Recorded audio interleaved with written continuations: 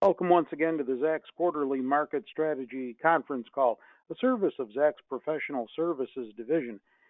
For all first time attendees, this is a live conference call that features Zacks strategists providing their analysis of the latest issues and trends affecting not only investors but the market, the economy, both globally and here in the United States. Joining us today as panelists are Zacks Chief Equity Strategist and Economist John Blank with his mid-year review. John is going to present his latest analysis of the markets, the Fed, and the COVID-19 fiscal policy. Zacks Research Director Shiraz Mian with us as well. He'll not only preview the Q2 earnings season, which has gotten underway, but he'll also be weighing in on what he sees for corporate earnings going into the second half of the year. A reminder, if you have any questions for either of them, you can type them into the message field at the right of your screen, and we will get to as many of those as we have time for. So, John, as we always do, let's start with you. In view of everything investors and traders are watching right now, the market seems to be absorbing all the news pretty well. Hopefully, as part of your review, you can tell us what's next. That's right, Terry. So I've got four parts to my talk, and we're going to start with stocks. We're going to go through the Fed. We got to talk about the Fed. We also got to talk about the upcoming stimulus and the stimulus that's already been in place. And we're going to finish up right back where we started with the stock market. And I'm going to hand it off to Shiraz, who will update you on the earnings story. So let's get to the stock market story right away. Let's get to this amazing tale in one chart. And this is startling, and I want to stop here for a good piece of time and think it through. Number one, forward PE multiple of the S&P 500. Look at the hockey stick. We all know this is the case. So let's talk about what's driving that hockey stick. Number one, the equity risk premium. If you look at the equity risk premium right now, in the latest forward call, it's no different than it was a year ago. So place number one, is this equity risk premium all stripped out? Is there no cash available? Is there no earnings? The answer is no. So how do we get a hockey stick? Where do we see an underlying driver of a forward discounted earnings story to explain this? And the next chart is key. And I want everybody to start learning a very specific type of language for talking to your customers and talking amongst yourselves, which is the total equity discount rate, which is specifically different than a long or short-term interest rate. The total equity discount rate, the rate at which equity earnings over time are discounted, has never been this low. So what this means is the market is betting on one thing to create that hockey stick. It's not really earnings, it's that interest rates across the term spectrum are going to be lower for longer. And the language is all interest rates, all risk and non-risk interest rates will be lower for longer. That is a very fundamental difference, and we'll get into why. But that sets up the entirety of my talk, that we're going to focus on the underlying driver of this market, which is the total equity discount rate, has never been this low. Let's go to the next slide. All right, so there it is, 28% decline in earnings. Shiraz is going to basically fill you in on this. Equity weights, equal weight or market weight, unnoticeable, minus 28. That's basically Shiraz's number. You'll get to it later. Let's go to the next one. All right, so this is the hockey stick. Equal weight or market weight? The answer is it simply doesn't matter. And if you look over the last, 5 years, let's call the 26 PE or the 25 PE basically higher than a 23 PE, which we saw in 2017 before the Chinese trade war. That's only 3 ticks higher. So while you can say this market's got ahead of itself, calibrating that is 3 ticks higher, or about 10% higher. So 10% of this market, a market trading at 3,200, 10% of it is overdone or caused by this total equity discount rate being so low, that takes you back to 2,900 as a mark on the S&P 500. 2,900. Let's go to the next slide. All right, so there it is. Why are stocks? Let's talk language here again. New and improved QE is the best I can do. I think that's poor language. Best I can do. You're hearing about we're back to money printing, QE, all this stuff. We're going to get into the fact, and look at this chart. This is showing lower for longer because you're seeing not only all term spectrums of rates lower, but they're compressed like they've never been before. And it's the compression, the time compression that discount rate is picked up. So that is the language to talk to customers about. It needs to be elaborated and explained. It's not just the 10-year at 0.6%. It's the 10-year at 0.6% for 4 years. And whether you like the market or not, whether that changes or not, different story. That's what the market is right now. Next slide. All right, so can't fight the Fed? Of course, but let's talk about the Fed. I got to deal with another language issue, which is new and improved QE, or QE2, or QE5, or QE 2020. Let's get out of it. Let's talk about Powell's own words. When he said, number one, the old QE was buying Treasury securities and Fannie and Freddie mortgage-backed securities to support the smooth fluctuation of those markets. So number one, the QE was about Treasuries and mortgage-backed agencies from the 09 period and them buying them. Number two is what we're in now. So to provide stability to the system and support the flow of credit to households, businesses, and state and local governments. So let's check one. That's just the housing market. This one is households, businesses, and state and local governments. The Federal Reserve, with the approval of the Secretary of the Treasury, very important language, with the approval, this Fed is not independent. They established 11 credit and liquidity facilities under Section 13.3 of the Federal Reserve Act. So, candidate number one for the new language. And if you don't hear anybody speaking about it, ask him about it. What about the 11 credit and liquidity facilities under Section 13.3? That is the new situation. And these are appropriately reserved for times of emergency. Many were funded by the CARES Act. Number 5, we will be disclosing, quote, on a monthly basis, names and details of participants at each such facility, amount of power, interest rate charged, overall costs, revenues, and fees for each of the 11 facilities. So much like the Small Business Loan Act, the PPP, we have a lot of players in on this thing, and we're going to learn on month to month. So again, probably need to use the language Section 13.3 and 11 credit and liquidity facilities with people to talk about this. Next one. All right, so the old Fed. The old Fed, the book in your Econ 101, was a product of early 20th century economics, J.P. Morgan, literally, and the crisis of that time. And it just worked out with banks large and small. Today, we're seeing two new versions of the Fed. We're inheriting the 09 crisis Fed, where they started work with banks, treasuries, and GSE authority. So you can see banks, they were the central bank. Now they're the bank for the treasury, the GSEs, and the banks. And now in 2020, they're the bank for all the banks, the treasury, the GSE authorities, and all the players in the 11 credit facilities. So is this good or bad? Again, language is key here. Throwing out good or bad to your clients, to yourselves, doesn't get you very far.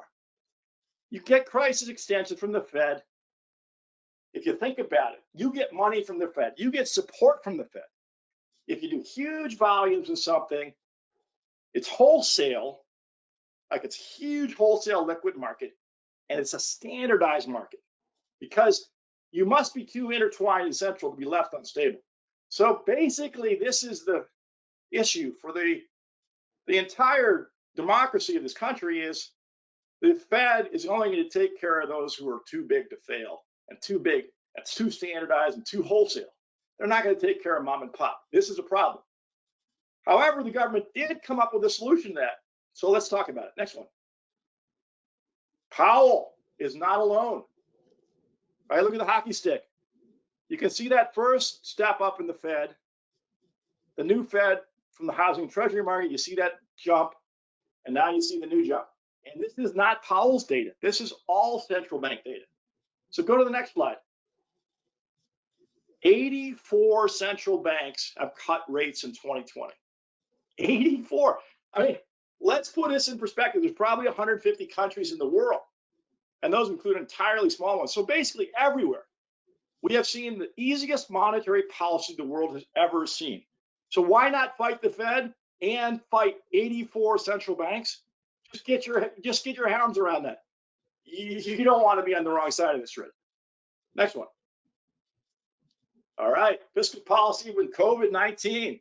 Start off with the Spanish flu. Is the Spanish flu and the COVID distribution of deaths different? Take a look at this chart. The answer is yes. The Spanish flu, after it ran its course, of course, this is not apples to apples, folks. We're in the early stages of COVID. This is over the entirety of the Spanish flu. But the Spanish flu took out working age populations and killed them, right? That is a huge difference to COVID. The thing that's keeping the market afloat right now is the working population is somehow rafting through this thing at this current moment in time. Remains to be seen what this chart looks like in 3 to 5 years. But this is the key difference, and what fiscal policy will be driven on is this basic breakdown. Next one. All right. You all know this. I'm not telling you anything you don't know, that it's spread to the south from the north. But what you also need to know is none of us are going anywhere for the rest of 2020. We cannot, there's like 20 or 30 countries out of 150 any US citizen can go to. So it doesn't matter, other than the virus counts, whether you and I get to leave the country. Now, within that, I think if I look at this slide, I see 2 first waves, not one first wave that rejoined itself. And that, frankly, is somewhat bullish, because it says the virus, when it first hits a locale in the United States, moves on to a fresher set of victims, not reinfects the old victims. So the way this gets bearish is Florida, Texas, and Arizona don't get worse. They'll top out here in the next month or so, in my opinion. But they reinfect New Jersey, Chicago, New York, etc. Then we're going to get a bearish market. But right now, one can argue, some people are arguing, that this is just 2 first waves in 2 different locales. Next one. All right, the CEOs, the smart money in the industrial world. Let's take a look at 2 indicators of the CFO vision of the world. Number 1, Caterpillar shares. Those topped in early 2018. So people trading CAT gave up on the industrial story, the China trade war story, pretty much at the get-go. It was sell the news, not buy the rumor, right? They just got out, took their profits.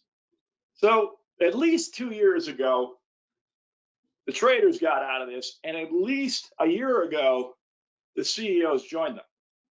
So the market did a really good thing. It forward looked to the decline in expenditures about 1.5 years, and the CEOs delivered.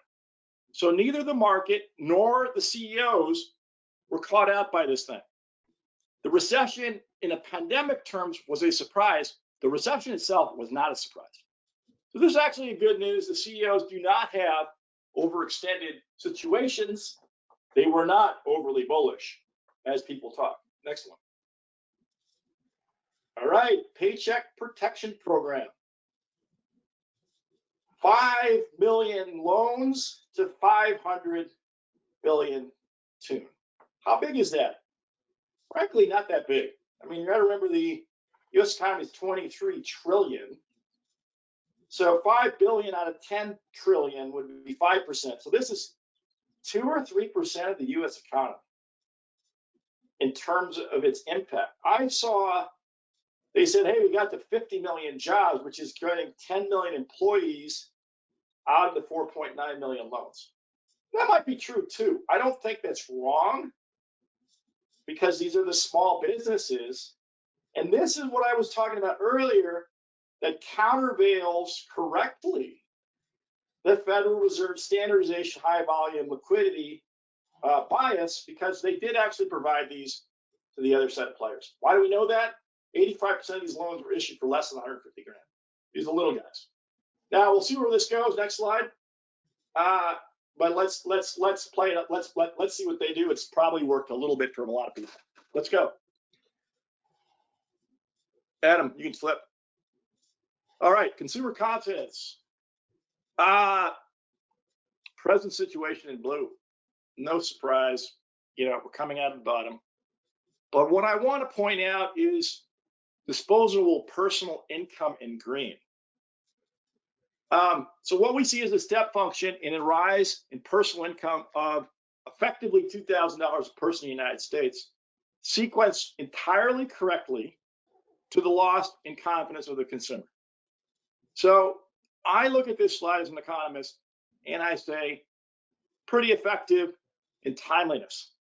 How it plays out over time, obviously that's what we got to go for. But the first round did hit the problem correctly. And this is actually needs to be pointed out. This government actually got this part of it right. Next one.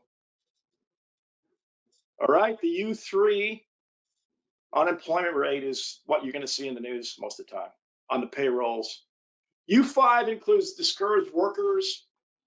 I don't want to focus on that. I want to focus on all workers, including those in part-time jobs, because a lot of people are just kind of swinging to get on first base these days and then move from there. So let's take a look at just how bad this economy is relative to before. And again, it's all about calibrating our language. So what I want to say to you is the U6 is 18%. In 2010, the U6 was 17%. In short, we are in the same place we were in 09 or 10. Basically the same. So how bad is this right now? Just that bad. So it's not historically worse than 09. It's certainly not the Great Depression, but it's about like 09. So again, in terms of imparting the magnitude of the situation to your clients and to yourselves, that is the appropriate statistic to govern your thinking going forward. Next slide, Adam. All right, in the fiscal pipeline, generally speaking, we've got Democratic and Republican conventions in August. I would assume these four different groups of wordy policies get agglomerated into some type of deal. And what's that going to mean? Number one, more PPP loans to small businesses. Number two, tax credits to keep people on board.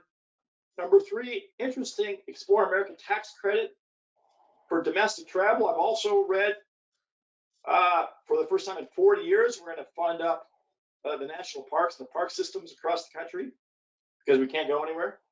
And the House Heroes Act, which is trying to basically fund these folks who have to show up for work and deal with the $600 weekly unemployment benefit, which expires at the end of this month.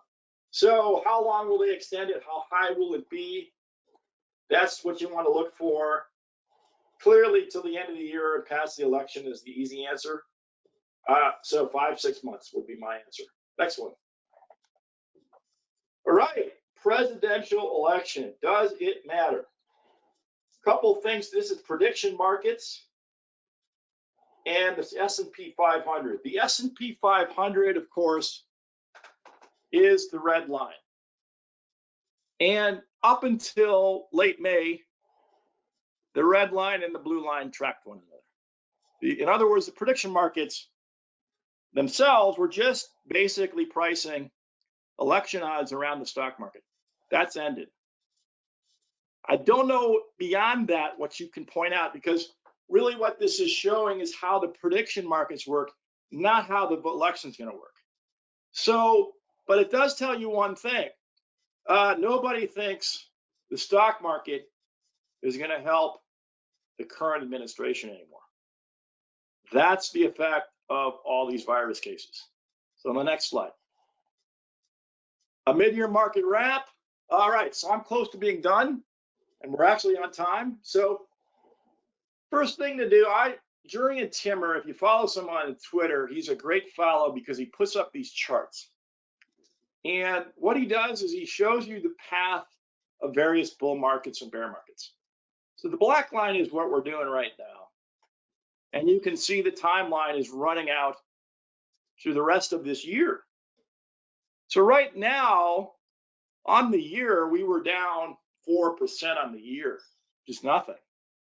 And you can see that in general, if we follow the 09, 02, and 11 path, we basically have 9 or 10% to gain across the rest of this year. And what the 11 path, which is out of the European debt crisis, which is kind of like the unemployment rate I just spoke to, is probably our best analogy. And what that's showing is the market will stagger around through the end of July and then maybe start to make progress up until October. And the only fly in the ointment on this, of course, is there is an election. I have no way to help you in thinking about whether it's distinctly different or not. There's been plenty of elections in this country. I generally think the prediction markets are right, that the stock market will not help the incumbent, that the unemployment rates are significantly more important, and the likelihood of this market looking beyond the election already is what you should be your base case. This market looks forward. It's already looking to 2021 and 2022. And as Shiraz will point out, where we're going with that is what this market's pricing. Let's go to the next slide. All right, there it is. So 2021 is going to give you plays in these cyclical names. It may build the banks up at some point, the energy companies, the material companies, and obviously the consumer. So should you bet on any of these things? I think the answer is only in an asset allocation context, because you're going to get some of the timing wrong on this stuff. And nobody really knows when that turn is going to come up. But getting too bearish is as dumb as getting too bullish, in my opinion. Remember back in March, I told you to get long on the 18th. The bottom was in the 23rd. Same point here. Don't try to figure out too much from an asset allocation perspective. I have maintained overweights on stocks, and I'm somewhat neutral right now, but I'm staying overweight because this market with this much liquidity and a vaccine out there somewhere to be priced, 160 vaccine cases, candidates, trials, whatever they're doing, how am I going to price that right? The answer, don't try to, right? That's why my overweights are there. I'm neutral from a tactical short-term perspective, but I am not neutral from a long-term perspective. Next one. All right, so this is the ISM comments that I found interesting that I wanted to share with you that kind of build the case for the 21 earnings. The first one I think is most interesting, and Jamie Dimon pointed this out on his recent call about how unique this recession is that the building industry continues to defy expectations, rebounding stronger than previously. Do-it-yourself and essential businesses are leading, and there's migrations from larger cities. Again, look at the language here. Migration from larger cities, an undersupplied housing market, not rental market. So take a look at this comment later on yourself. The person who wrote it or spoke to it has got real good granularity on the multiple factors that are playing out in the housing market, because it's actually bullish, because people are getting out of rentals, getting away from each other. getting out of tight, cramped conditions, getting away from congestion where they might get the virus, kinds of things like that. So take a look at these comments. We'll go on to a next slide, Adam, but they're worth looking at. Okay, S&P Global Markets, SPGM, and the S&P. Again, look at this on your ZRS slides going forward. The main point 2 points I want to make. One is when the downfall comes, the global markets sell off harder than the US markets. Point number one, right? So what that means is when it goes risk off, your international stocks get blown up worse than the S&P. However, look at the period from 2013 to 2015 and the period from 2017 to 2018. For at least a year and a half or 2 years, international stocks can outperform the S&P. And I do think, again, timing is everything, and I'm not making this as a timing tactical call. But given the virus counts and how the market's trading, it's tough not to get overweight on international stocks in selective areas with low virus counts because of this chart. It says to you, hey, you know what? The valuation trade goes on, the growth gets put in place, some of the risks are lower, and this thing can run. It's not a huge play. I don't think you should overdo it. This market's telling you can stick with US stocks do fine anyways. But 1 or 2% differences and getting a little more out of your stocks, you could probably pick up some international exposure and do a little better. Next one. All right, there it is. So this is in gray, the S&P 500 at the end of June, and the NASDAQ at the end of June, which is up 8% on the year. The S&P at this time was up about 6 or 8%, probably 4 now. Well, my point here is the Hanoi and Shenzhen composites, Hanoi obviously being Vietnam, Shenzhen being mainland China, were outperforming the tech stocks. Obviously, you know the answer why. They don't have any virus cases. And is there any more supporting evidence to that thesis? Yes. OMX is the Nordics, New Zealand, Shanghai, China, Taiwan, South Korea, and Denmark, OMX. Absolutely clear that the market pays for low virus cases. And again, that's an important point. I'll finish up and hand it off to Shiraz. He'll get through the fundamental story, but basically I want to leave you with this one technical idea, which I find fascinating, I'm somewhat supportive of, is that if you look over the last 11 years at stock prices on the S&P 500, you get what's called a megaphone, right? You draw the line off the highs, draw the line through the lows, you get a widening megaphone. And it shows this market able to bust up to 3,600 on this bull leg. So is S&P 500 3,600 the likely ultimate target for this 11-year-long rally? I'll leave you with that, but it's a fair point to make. And it's also a bearish point to make because once we get there, people might start shorting this market. Shiraz, it's all up to you from now. Hey, John, I just wanted to circle back on a couple of things before we bring Shiraz in. To clarify, are investors already looking way past 2020 earnings for signals on the market's continued rally going forward? The answer is absolutely yes. They're looking at vaccines. They're looking at the Fed. They'll look to the passage of these stimulus bills, and they will look to 2022 earnings, if not 2021. And on the topic of COVID-19, has that created kind of a new world for investors? Are older companies taking a backseat, maybe becoming irrelevant to these newer companies like Zoom that are breaking out? No, I don't think so. I think it came in too quickly as an event, and it only accelerated existing trends. The only new world we can see out of this is the vaccines and the incredible amount of funding that's going to them, and that new world is at least a year off in terms of its broad effect on the economy of the world. Health research using supercomputing and other things around vaccine work will lead to a new world, but all this stuff about Zoom and remote working, frankly, for like exhibit A is me. I've been working remotely for 8 years, so it didn't change much. And anybody, it's just going to expand the amount of remote workers. But that trend's been going on for quite some time, Terry. All right, John, thanks. Now, Shiraz, we go to you. The Q2 earnings season got underway this week. According to the published reports I've seen, corporate profits are expected to post the biggest decline since the fourth quarter of 2008. So, are you concerned at this point about a possible earnings recession going forward? Thanks, Terry. Thanks, John. Sure.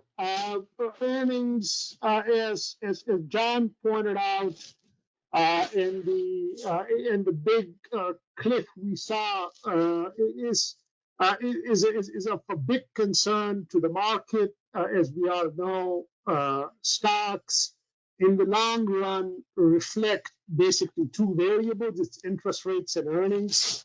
John rightly pointed out that on the earnings front, the market has effectively discounted what will happen this year and is looking ahead to 2021 and 2022. And to the extent that these earnings reports have any relevance to investors, it is to the extent what these reports tell us about how expectations for 2021 and beyond will evolve.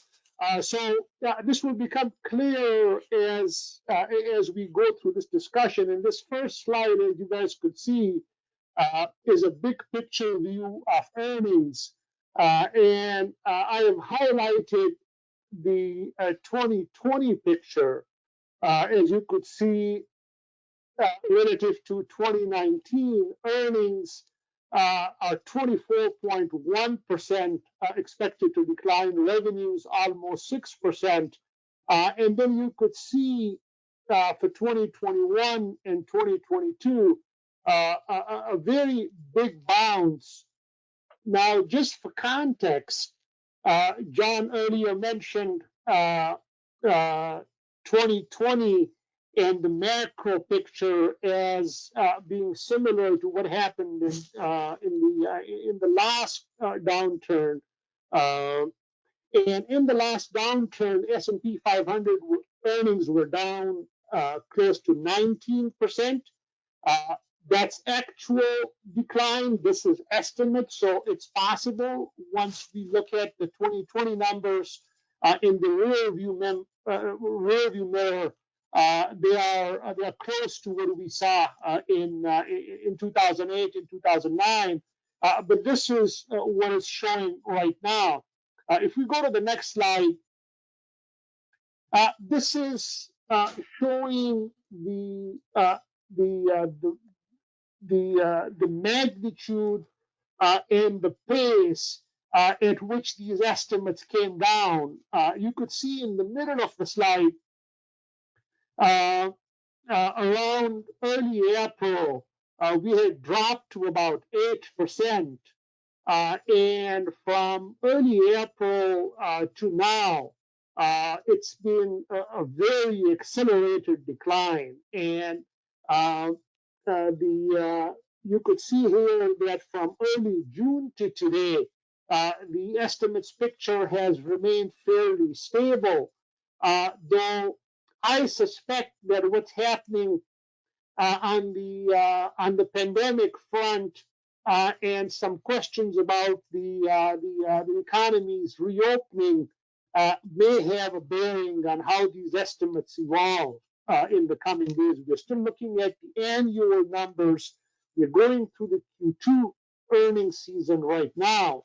As Terry pointed out, it got underway, but the question will be how much these go down, and that obviously has a bearing on how the picture for 2021 unfolds. So if you go to the next slide,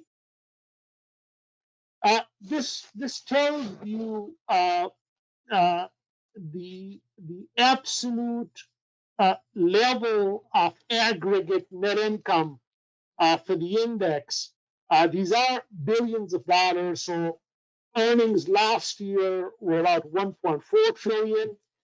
the year before in 2018, thanks to the tax cut legislation. They were 1.4 trillion. We had a essentially flat earnings profile in the aggregate last year, and you could see the impact of the pandemic on aggregate earnings.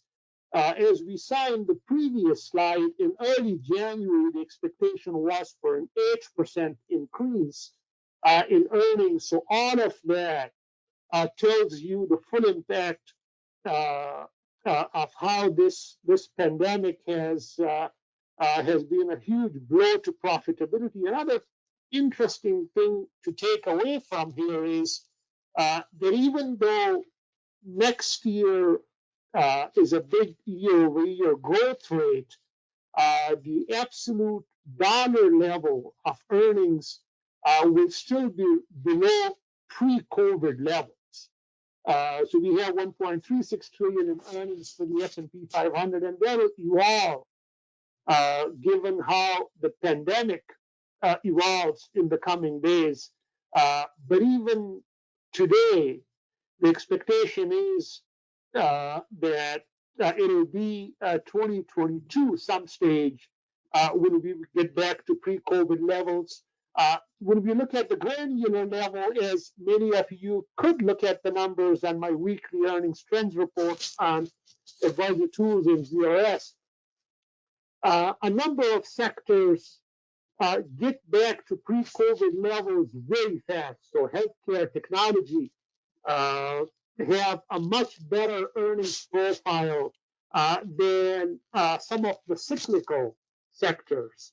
And we'll see how that picture evolves as we get more clarity on the pandemic front. If you go to the next slide, so we are getting into a discussion of the earnings season unfolding now. The expectation is that we see the bottom of this cycle in the earnings that are coming out right now. So Q2 is the bottom. Econ data is showing that too, that on macro activity levels, we bottomed somewhere in April. May was better than April. June was better than May, and so on. And even with the resurgence in infections, the worry isn't so much that we'll go back to where we were in activity levels in March and April, but the magnitude of the gains we're getting in the recovery will be decelerated to some extent. So the fear isn't that we are going back to the bottom, but rather the gains would be somewhat muted than what would otherwise have been the case. We see this view play out in the bank earnings. Management teams have been hesitant to tell us and confirm that the loan loss reserves that they are booking this quarter will be the peak. But the subtext of their commentary is that on a base case scenario, assuming the fiscal side of the relief that John mentioned earlier, if that is in place, then the economy and in terms of corporate business and household distress, as typically happens in a downturn, will be eroded to a large extent, and obviously that has a bearing on bank earnings in particular.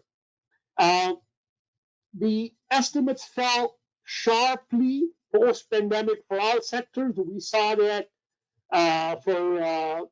in the full year 2020 estimates. Autos, energy, transportation, and consumer discretionary, these are all sectors that were directly hit. Their estimates fell in excess of 100%.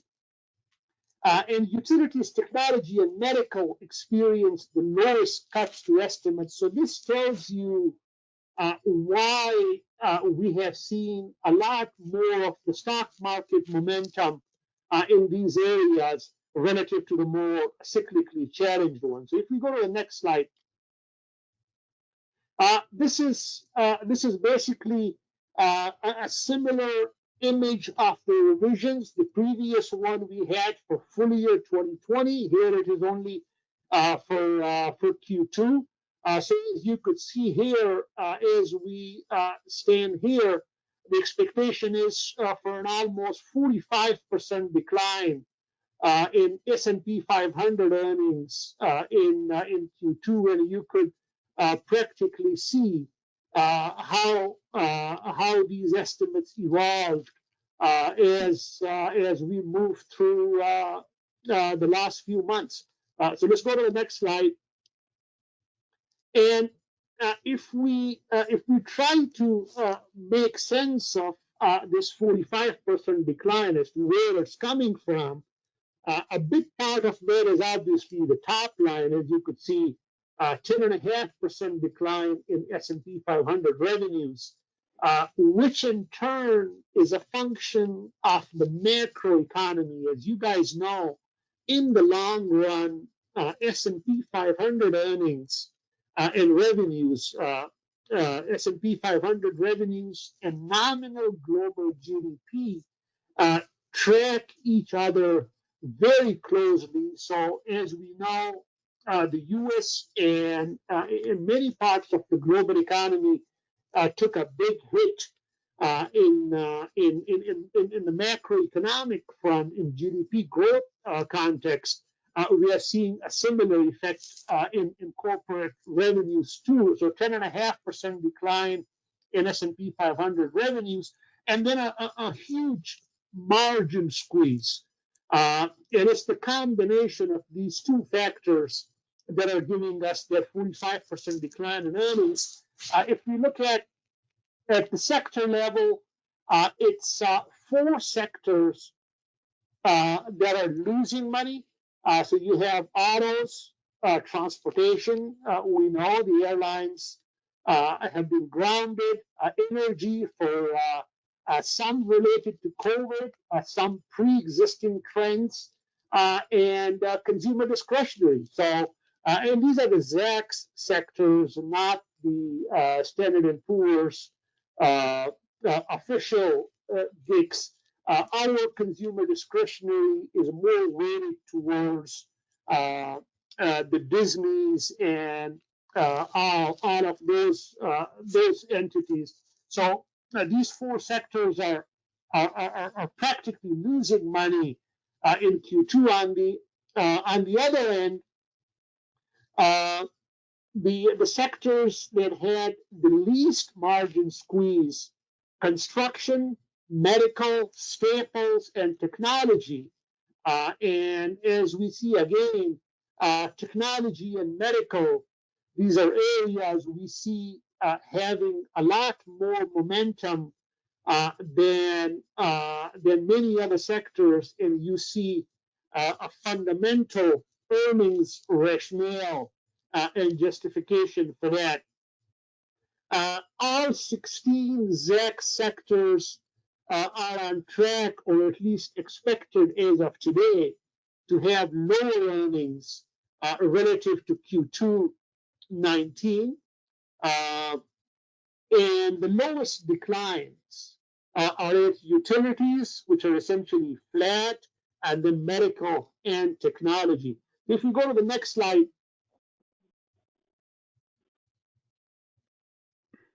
so this shows you the summary picture for Q2, and you could see at the granular level of the all 16 ZAC sectors. The first column is earnings, then the second highlighted column is revenue, and the third is margin. 44.9% decline in earnings, 10.5% squeeze in margins, and 460 basis points in margin squeeze. Let's go to the next slide. And this gives you a big picture view of earnings on a quarterly basis. I have highlighted 2020 here. We have seen what happened in Q1. We are going through the Q2 earnings season right now, and you could see current expectations for the second half of the year. And as I mentioned earlier, uh, a big takeaway from the Q2 results will be how estimates for the second half and then beyond, meaning the first half of 2021 evolve, because all of that is contingent on how these management teams describe ground realities and what they are seeing in their businesses, in their industries, and in the different geographies in which they operate. If you go to the next slide, uh, as we saw in the previous slide, a 25.3% decline in earnings in Q3 in the September quarter. Remember this number. The normal course on the revisions front is that as we go through the preceding period's earnings cycle, meaning Q2 now, which is going now, we typically bring down estimates for the following period by anywhere from 3 to 5 percentage points. So meaning that if it's a normal downward adjustment to Q3 estimates, we should have reached close to 29 to 30% declines in September quarter earnings growth by the time we are done with the Q2 earnings season. Anything beyond that will reflect what's happening on the infection front, what's happening in terms of disappointments and reversals on the reopenings. And that's a key measure to watch because that'll determine how estimates evolve beyond that. As I point out here, and as we are seeing for Q2, all 16 sectors have declines, and the same sectors that stood out for smaller declines are in the spotlight here again: utilities, tech, medical, and staples. And that's the big picture view. So earnings took a big hit because of COVID. We are coming out of that. To the extent that we recover fast from this hole is contingent on what happens with the pandemic, and that's an ongoing process that we all have to watch. Shiraz, I just wanted to circle back on a couple of things. Do you describe Q2 earnings as kind of a kitchen sink report season where companies are going to be throwing in everything they can think of that they can get forgiven for a miss? Yes, to some extent, yes. And we have seen some aspect of that with how these banks are reserving. And reserves, as you know, Terry, are a bank management's estimate of the loans they see going bad in the future. So it's not a cash charge, it's more an accounting charge, it's a non-cash charge. And it's a direct hit on the P&L, so it lowers your earnings. And we were all geared for that. So we got some huge loan loss provisions from all these major banks, and we are seeing that from the regionals too. I would expect something similar happening in terms of outlook and in terms of guidance from many other companies because expectations are so low. Though I must temper that comment by observing that relative to the proportion of these companies beating EPS and revenue estimates, we are not seeing trends that are out of line with history. Meaning, if estimates had been very low, then we should have been seeing a lot of these companies beating easily. We're not seeing that. And we are seeing a similar level of tentativeness in management discussing Q3 and beyond as we saw the last earnings season back in April and May. So yeah, to some extent, yes. And you mentioned guidance. You alluded to guidance a moment ago. Many companies have already withdrawn their earnings guidance. So, absent that information, what should investors base their stock purchase decisions on going forward? So it's a tough one, and as John showed the hockey stick PE multiple image, there is what's the denominator in that metric, the E, and it's the uncertainty about the E. But offsetting that uncertainty is the interest rate factor that John so eloquently explained to us, which is embedded in the risk premium and the total equity return expectation. So yes, it's an issue, and that is the main source of uncertainty in this market. It's a question of your holding horizon. We know that many of these companies that have good balance sheets and have otherwise strong brands, they will recover. The question is it in 6 months or in 18 months or 12 months? So to the extent somebody has a longer holding horizon, they're looking at some very attractive values in the market, even though the indexes are getting back to pre-COVID levels. All right. And unfortunately, with that, we have to wrap up another call. We could go on here for a much longer time, but the clock is working against us. I want to thank our panelists, John Blank and Shiraz Mian.